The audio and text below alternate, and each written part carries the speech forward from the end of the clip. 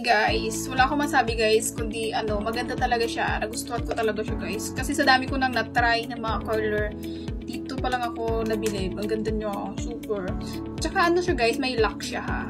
Sample, ayaw nyo siyang ibukang ganyan para hindi delikado kapag may mga bata kayong kasama. So, i-lock nyo lang dito. Ayan, always. Kapag katapos nyo nang gamitin, kasi diba medyo mainit pa siya. So, and then, ayan guys. So, maka-curl nyo yung buhok nyo kapag ganito yung kapal.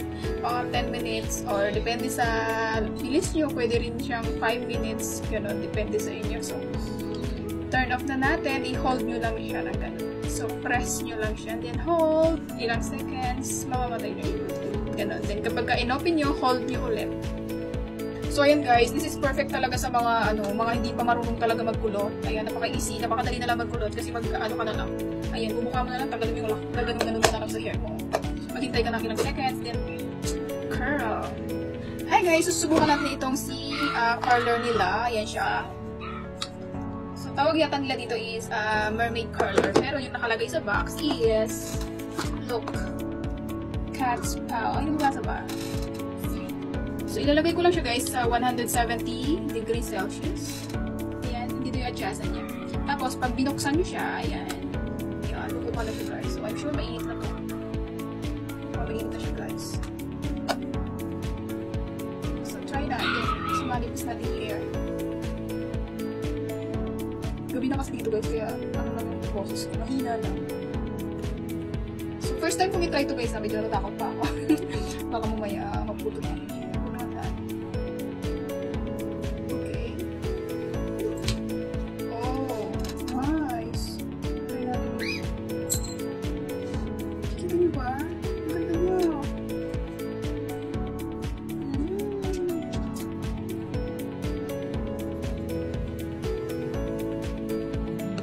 Wow, super nice.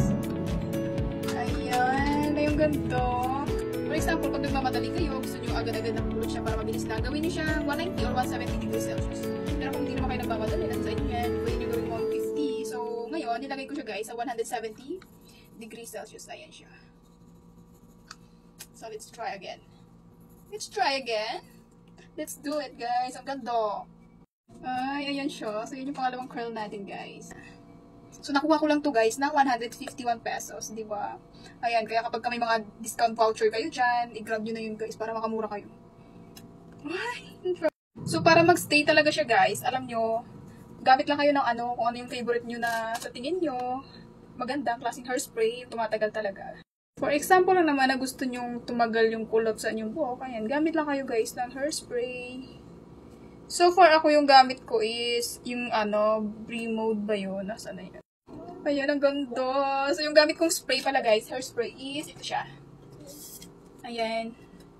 Si Bree Mode hairspray style. Kasi ang bango nyo guys. Promise. Before nyo siya gamitin, example, ito yung binili nyo. Mura lang kasi ito guys, nasa 100 plus lang. 100 plus lang yan. Pag ginamit nyo, talaga pakashake nyo talaga para effective siya. Talagang mag-hold yung kulot niya sa inyong buhok. Kasi hindi siya ganun katigas. Unlike sa iba, diba? May mga na-try kasi ako na sobrang tigas. Sobrang tigas. Pero ito malambat. Charot. Ayan, nag-enjoy ako. So, maganda to guys kapag bago din kayo, gusto nyo maglaro ng ganda-gandaan. Pwede ito guys. Talagang lakas makaganda. O, ano yan? Saan ka dyan? Marimar! Ow! Lakas makamarimar. Ako po si Marimar. Lumukya sa tabing dagat. So, ayan. Halimbawa, nakipag-chikan kayo dyan, may kachika-chika kayo. So, magkulot-kulot lang kayo ganyan. Ayan. Hirap, parang nahirapan siyang ikulot. Up! Ay, ba't namatay? Kaya pala ayaw kumulot guys, kasi napindot ko yung kanyang switch off dito. Ganon, ba't ganon? Tinatakot mo naman ako. Uy, kala ko sira. Kaka-ganon ko guys, kaka-pisel kong ganon, di ko na malayan na pindot ko pala yung switch off niya. Kaya siya namatay, kaya patakakot ayaw kumulot. Ba't ka naman ganyan? So, kahit na hawakan nyo dito guys, is scary lang. Hindi naman siya ganun kainit. Kahit hawakan nyo siya dyan, hawak-hawak. Konting init lang. Para maalala yan yung ating pag-curl ng hair. Ayan. Natakot ako kanina doon, akala ko sira. So, yun lang guys. Ayan, ang ganda. So, check out na rin kayo guys. Ilalagay ko sa yellow basket sa baba. Ganda.